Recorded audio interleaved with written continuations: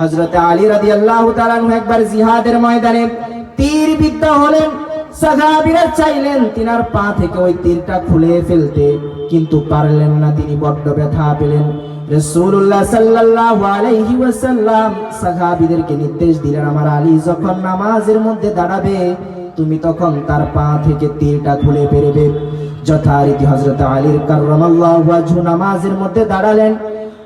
আল্লাহর নবীর নির্দেশ মোতাবেক সাহাবীরা পিছন থেকে তীরটা টান দিলেন, তীর খুলে চলে আসলো।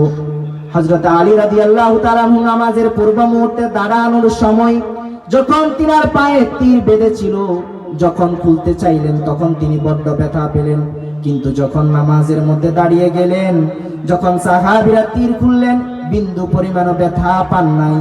এর অর্থ হচ্ছে হযরত আলী কাররামাল্লাহু ওয়াজহু যখন নামাজের মধ্যে দাঁড়ালেন বড় বেশি বিনয়ী সহকারে নামাজের মধ্যে দাঁড়ালেন। এমন ভাবে তিনি নামাজের মধ্যে জড়িয়ে গেলেন যেন তিনি আল্লাহ রাব্বুল আলামিনের সাথে দিদার করতেছেন। এমন ভাবে তিনি নামাজের মধ্যে জড়িয়ে গেলেন যেন তিনি জান্নাতের সুধা পান করতেছেন। এর নামই হচ্ছে খুশু খুজু। খুশু খুজু থাকতে হবে আমাদের নামাজের মধ্যে, একাগ্রতা থাকতে হবে।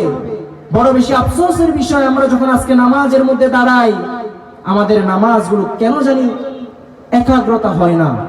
নামাজের মধ্যে দাঁড়ালে আমরা উপরের দিকে তাকিয়ে পাখা কয়টা আছে এটা কাউন্ট করা, গণনা করা শুরু করি। ভুল বলেছি আমি?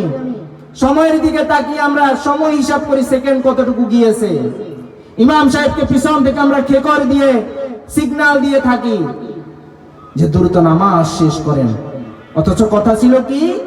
কথা ছিল নামাজের মধ্যে মুমিন যখন দাঁড়াবে একাগ্র চিত্তে আল্লাহ রাব্বুল আলামিনের নিকট দাঁড়াবে।